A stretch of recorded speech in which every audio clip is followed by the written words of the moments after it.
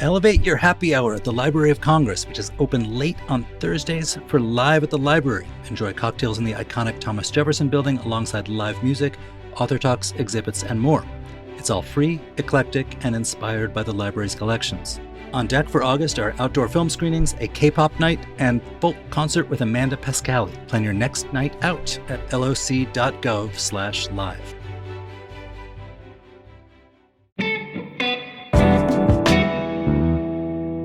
Today on CityCast DC, it's been 1 year since Trump launched what he called a federal takeover of DC, sending hundreds, which turned into thousands of National Guard troops into the city, dramatically expanding the federal law enforcement presence on our streets. His stated goal was to make DC safer, but looking at the crime stats, it hasn't necessarily worked out that way. But what it has done is had a huge impact on the lives of DC residents. Bloomberg Law reporter Keith Alexander has been digging into those cases and the lives of people caught up in the federal crackdown. He's here to explain what happened to them, what the National Guard is actually doing in DC a year later, and what this past year tells us about the future of the federal presence in the city.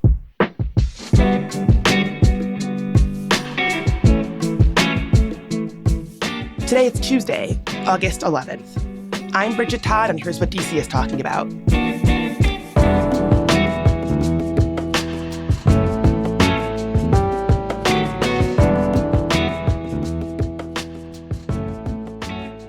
Keith, welcome to the show. Thanks for being here. It's a pleasure. Thank you for having me. So I want to start with just some basic background. When we talk about the federal takeover of DC, we are not just talking about National Guard troops, even though I feel like they might be the most visible around DC at this point, right? That is correct. We aren't just talking about the National Guard. We're talking about immigration control. We're talking about various, obviously, Secret Service as well, beyond just the President and the White House, U.S. Marshal Service. We're talking about various aspects of federal law enforcement. Has anything around that changed? Were there groups of law enforcement that were present when this first started a year ago who are now more present or less present? When this started about a year ago, there were only about 400 members of the National Guard who were sent. Now there are more than 4,000 members of the National Guard on the streets of Washington, D.C. And also, since we're talking about that, it was just also ironic.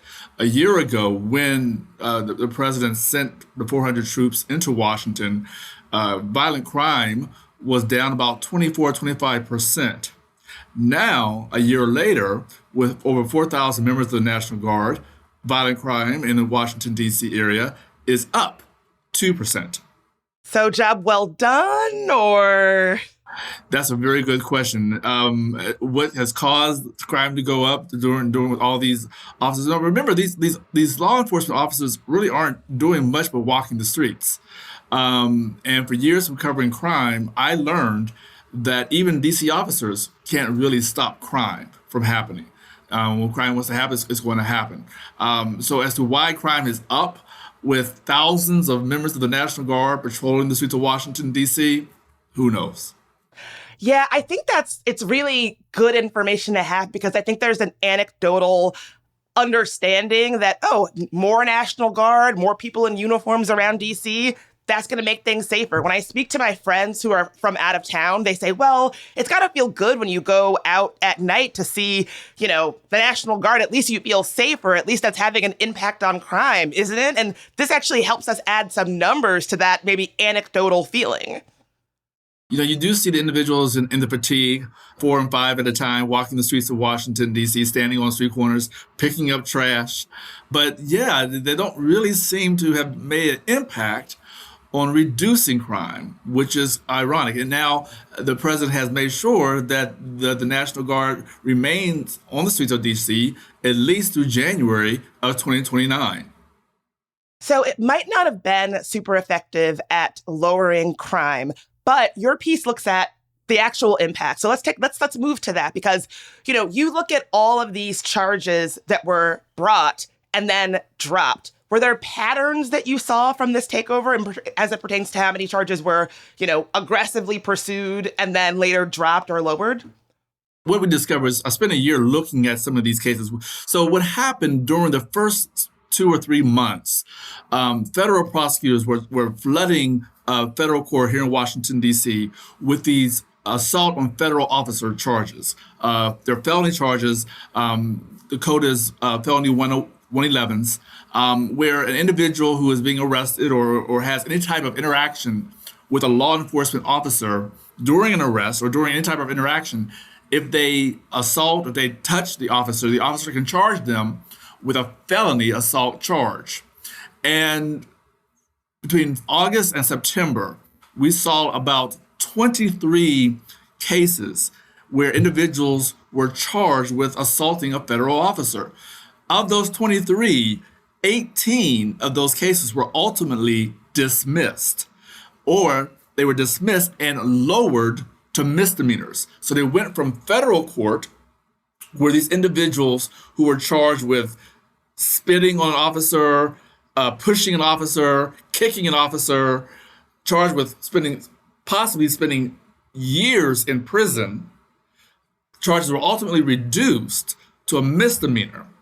Now, a lot of your viewers will probably know about the case involving Mr. Sean Dunn. Mr. Dunn was arrested and charged with assaulting a federal officer, a customs agent, because he threw his Subway turkey sandwich at the officer. Now, federal prosecutors initially charged him with a felony, and they couldn't get a grand jury to indict Dunn on assaulting an officer with a sandwich.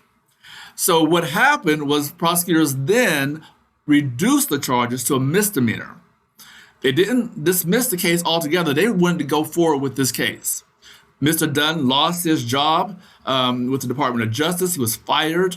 He was denied unemployment, went to trial, and was acquitted. I spoke to jurors who said it may have been true that Mr. Dunn did hit this officer with a Subway sandwich, but the assault did not rise to a major assault to where he should be convicted of a misdemeanor. So he was found not guilty. But Mr. Dunn gave me an exclusive interview saying how his life has been ruined as a result of this case, how he has experienced threats, not only to himself, but to his family members, how he had to leave the Washington, D.C. area and is now living almost in fear, trying to find a job, trying to recover. And it is just all over anger of throwing a sandwich at an officer. And so it's just very interesting. And I talked to several people in this article whose lives, although the cases were dismissed, the felony cases were dismissed, their lives were uprooted. One gentleman got into a car chase by U.S. Marshals who were chasing him through the streets of Washington, D.C. in an unmarked car. He thought he was being carjacked because he knew that officers are not allowed to chase in Washington, D.C. That goes against D.C. Police Code. So he's trying to figure out why this car is chasing him down in Washington, D.C. He gets out of the vehicle, starts running, and a marshal uses a taser and tases him in the back of his head. And he suffered from seizures, multiple seizures, and was walking with a cane when I interviewed him a few months ago. And ultimately, his life turned out tragic. He ended up dying about a month after that interview, sadly. The coroner is still trying to figure out how he died, whether it was a homicide or if he died as a result of the numerous seizures that he was having from being tased in the back of his head. And I also talked to another woman who had a history of mental illness. She went to see a new bird exhibit at the National Zoo, walked into an employee-only entrance, and officers swarmed her. She was having an attack, an anxiety attack, and she told them that she has anxiety, she suffers from anxiety, please don't touch me. They grabbed her, she's kicked one in the leg, spat on him, and was charged with assault on an officer. That case was ultimately dismissed because she had to go through some mental health classes and take some medication. But prosecutors dismissed that case. It is amazing how many of these cases involving spitting on an officer, kicking an officer, grabbing an officer, and they were charged with felony assault. And most of those cases were dismissed. I read in your piece that young woman who you just talked about, the one who her arrest happened when she was leaving the zoo, her public defender said that in a normal situation, she would not have been arrested at all, but that because of the climate of that time where her public defender described it as the police were just thinking, arrest, arrest, arrest, that's what happened. And so in this case, it was DC police who arrested her, not National Guardsmen. Do you agree with that assessment that things might have been different before this takeover of this federal takeover of DC? Yeah, when I spoke to her attorney, and then this attorney has been practicing law since the 1970s, and she had never seen anything like this. What she said was prosecutors will only go forward with a case if they believe they will get a guilty or an indictment. What she said, what this attorney said, was that they were just flooding the courts with cases, whether or not they might get an indictment or a conviction or not. They were just flooding the courts with these charges. I spoke with another attorney, and she provided some insight here. She said what the defense attorneys pushed back, what they decided to do was say, look, these officers, these DC police officers, these members of the National Guard, they are not federal officers. So these charges have no merit. You're flooding these courts with these felony assault charges of an officer involving officers who are not federal officers. And so what we saw was that's when the prosecutors stopped prosecuting these cases, began dismissing the cases and dropping the cases. But it wasn't until the defense attorneys basically said and pushed back and said, you are charging these individuals with felony assault of a federal officer that doesn't involve a federal officer. Very interesting.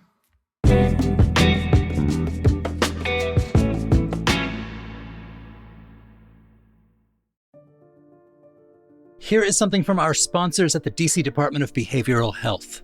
DC is turning a corner, and the numbers back it up. Fatal opioid overdoses dropped 33% in this city from 2023 to 2024. That's not just data, that's real people, real families, still together. But the work isn't done, and neither are we. If you or someone you love is struggling, help is closer than you think. Text LiveLongDC to 888-811 to connect with treatment, housing, and recovery support right here in the district. Free Narcan is available at nearly 40 locations across DC because nobody should lose someone for lack of access. And if you're in crisis right now, call or text 988. Know your worth, know your alternatives, know your value, know yourself. Recovery is possible. Find out how at knowyourpathdc.com. Let's talk about the DC SCU, your friendly neighborhood sustainable energy utility. 15 years and they're still here. Talk about eyes on the prize. Their mission possible. Serving residents with efficiency and clean energy programs, improving affordability and quality of life across all 8 wards. They've delivered $2.2 billion in lifetime savings for district residents and businesses alike. They've prevented 10.1 million metric tons of emissions right here. These are your neighbors working for you. And it makes sense that they're in Southeast by the ballpark because they are knocking it out of the park daily. There is no ivory tower. They're on the sidewalks, out on the streets, and they're at your door, making it happen more capable, more committed than ever. Doing right by you and you and you. I see you standing up. That's right, clap your hands because DC SCU is 15 and still redefining power in the district. Find out more at dcscu.com.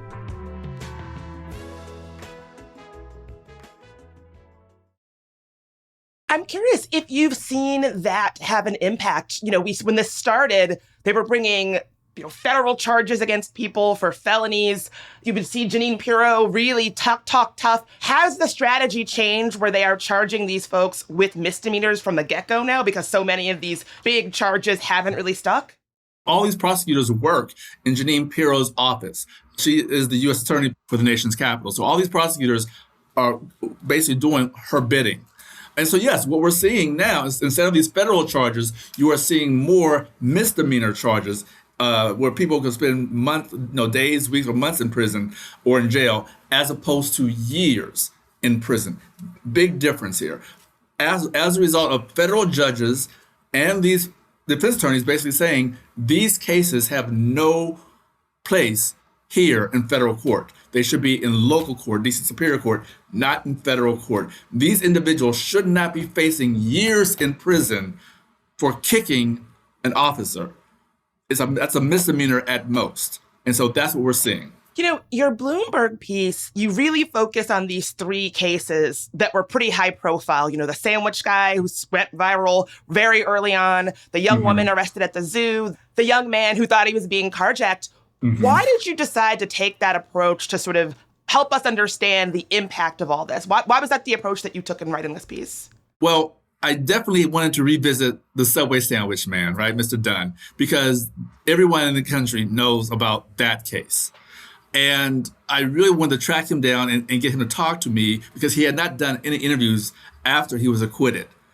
And having covered courts and crime for years in Washington, D.C., I know that people's lives often do not just pick up and carry on despite being found not guilty.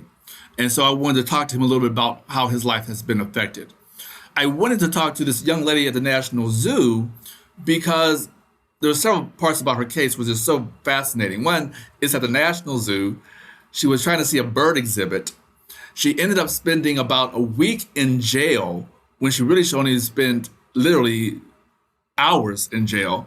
Her public defender had to file a motion with the judge with one word, help, on all capital letters, help get my client out of jail. She's been in jail now for 4 or 5 days. Get her out. So unusual. And I also knew that she was undergoing a diversion program where if she had gone to these mental health classes, her case would be dismissed. And I knew if her case was dismissed, she would then talk to me. So I decided to focus on her as well. And then this young man, Mr. Garrett, who I talked with, who agreed to talk to me, I went to his court hearing where the judge allowed him to be released on time served. I read some of the filings that he had been tased and the numerous seizures he was having. And I wanted to see how his life was as a result of what happened. But when I went through some of these cases, I was amazed at looking at some of the charges. And I kept seeing the person who was arrested being, kicked an officer, spat at an officer. Nothing involving guns, nothing involving a deadly weapon. These are people who were charged with assaulting a federal officer, and really what they did was swipe or hit an officer. Sometimes in the heat of being arrested, they just started swinging, and the officer got hit, and as a result of that, they were charged with a federal offense. So I wanted to take a look at the variety of these cases. Now, of course, moving forward, we saw what happened at the White House Correspondents' Dinner, a gentleman who was charged with assaulting an officer for a shooting that happened where President Trump was in April, again, involving a deadly weapon. But the number of cases involving a deadly weapon is only about 2 or 3 out of 24, 27 cases. Is very amazing, actually. I remember in the early days, about a year ago, something I was hearing a lot from advocates in the city, activists, community activists in DC. They were telling me that their big concern with all of this was the idea that, listen, federal agents, federal officers are not trained in how DC law works. They're not trained to be, liaising with civilians in the street in these sort of one-off random encounters. And that could lead to a situation where people are having big reactions and then the officers are having big reactions because they're not trained in this kind of policing. Is that sort of what we're seeing, where these kind of what you might think of as lower level offenses rise to this level where now you're seeing somebody face felony charges or charges of assaulting a federal officer? Right. That's a very good point. And yes, that was definitely some of it, right? You have people who are not from Washington, D.C., who are not trained to deal with interacting with individuals, how to de-escalate a situation. DC officers are trained to de-escalate during an arrest. And also, you also have prosecutors. And this is what I was told by judges and defense attorneys. You had new prosecutors in the U.S. Attorney's Office. Remember, the U.S. Attorney's Office saw a huge turnover with the new administration. So you had prosecutors who came into Washington, D.C., who did not know Washington, D.C. laws. And they were charging these individuals with these crimes, and they did not have enough evidence to support the charges. So it wasn't just the officers. It was also these prosecutors who did not know D.C. law. I talked to one of the defense attorney who handled the National Zoo case. The original prosecutor on that case, after that case was dismissed, resigned from the office. And so a lot of prosecutors have said this is, they don't even want to deal with this. It was flooding the courts with these cases. Even some prosecutors didn't want to deal with it. In your interview with Dunn, aka Sandwich Guy, he said something that really stuck with me, where he said that this, to him, they weren't even really interested in getting an actual conviction. What they wanted to do was disrupt his life. They wanted to damage his reputation and job security and housing and relationships and financial security. And hey, if they get an actual conviction out of this, they just see this as a bonus. Do you think that there's some truth to that? Richard, that's the quote that a lot of readers, that really resonate with a lot of readers. It's interesting when you said Dunn, I knew what quote you were going for, because a lot of people use that quote back to me. That's his opinion, right? I don't know. But there does seem to be some validity to that from, when you talk to people who were caught up in this situation. I can't imagine prosecutors wasting taxpayers' money by doing all this and not wanting to see some type of justice, whatever that justice might be. I can't imagine that prosecutors would be willing to go forward with these cases just to make a point. I would like to think that the prosecutors that I know, the federal prosecutors that I know, have bigger cases to deal with than just trying to make a point. And they're trying to reduce crime and to see that crime does not repeat itself. But I'm also not Mr. Dunn, and I didn't go through what Mr. Dunn went through. And zooming out, again, we started our conversation just talking about crime. Trump said that he was doing all this because he wanted to make D.C. a safer city. When he issued that order a year ago, violent crime was down about 25% compared to looking at the crime stats in 2024. You said that where we're at right now, crime is actually up about 2% for the first 8 months of 2026. So bottom line, has all of this had an impact on crime stats? It looks as if it did not, but has it had an impact on the lives of D.C. residents? Mr. Dunn says it has. People I talk to, said it has. So maybe Mr. Dunn's comment may have some truth to it, that the impact may not have been felt on crime, but maybe on people's lives. And looking at that, I know this didn't come up in your piece, but I can't help but ask about the former Olympic canoer who was accused by Trump of vandalizing the reflecting pool paint job.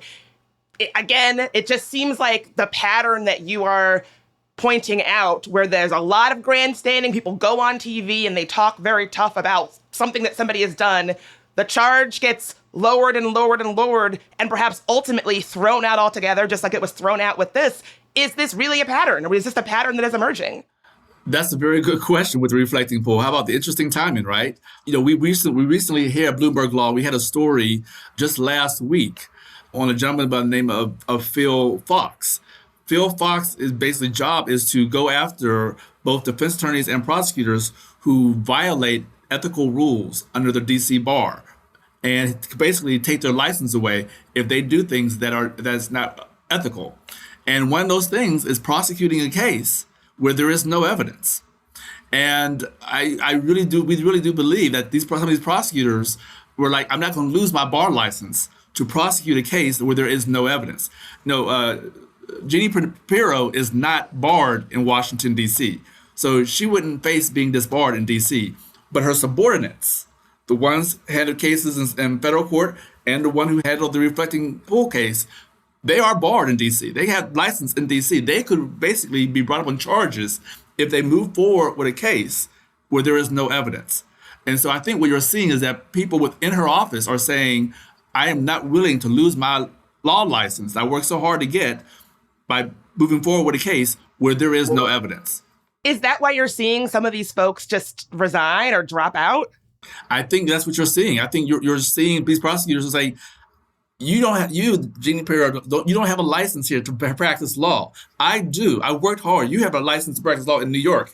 I don't have a license in New York. So I am not going to risk my bar license by moving forward with a case and be brought up on charges where my law license might be yanked from me. So I think what you're seeing are prosecutors within that office saying, I'm not willing to risk my career for a case where there is no evidence to support the charges.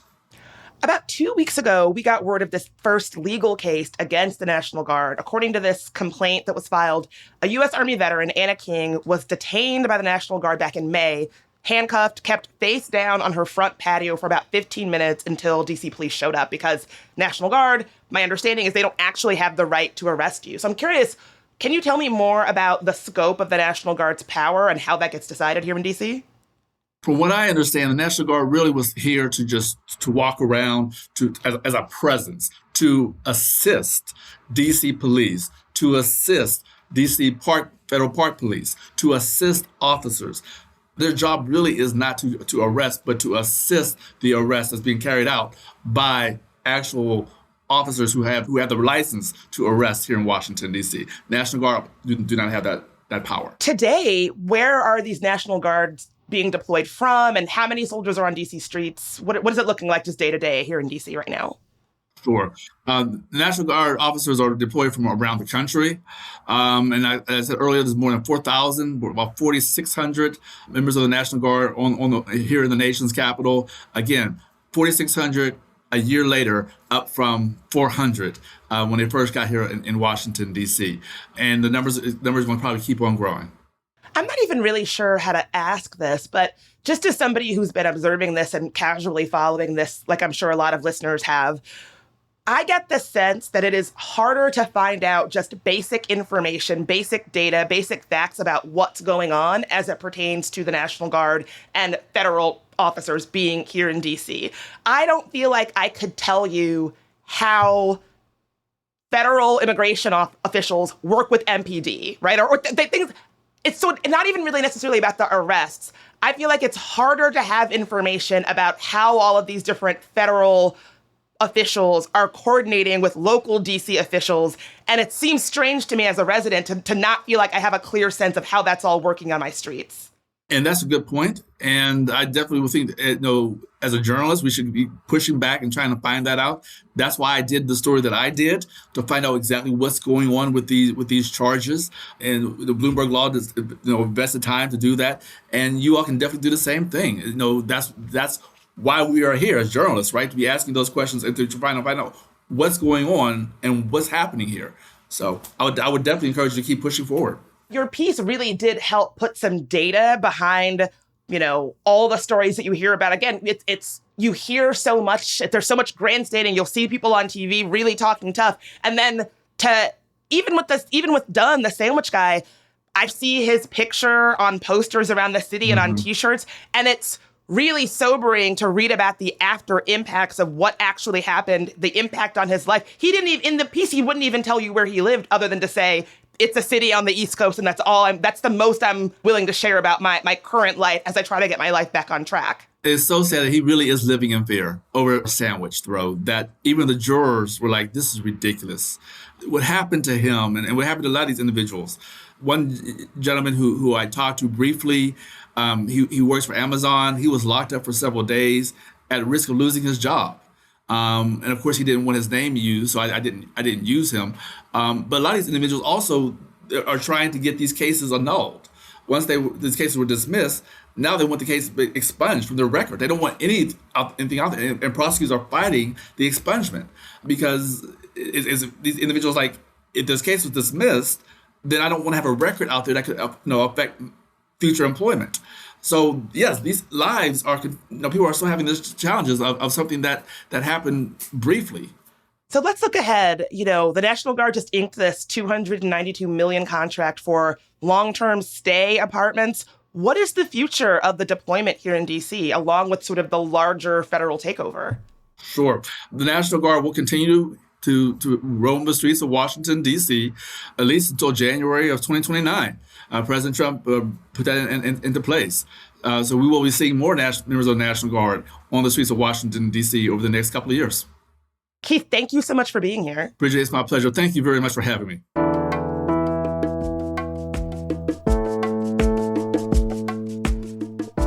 That is all for today here on CityCast DC. If you enjoyed the show, why not tell a friend, rate the show, leave us a review, and subscribe to our morning newsletter.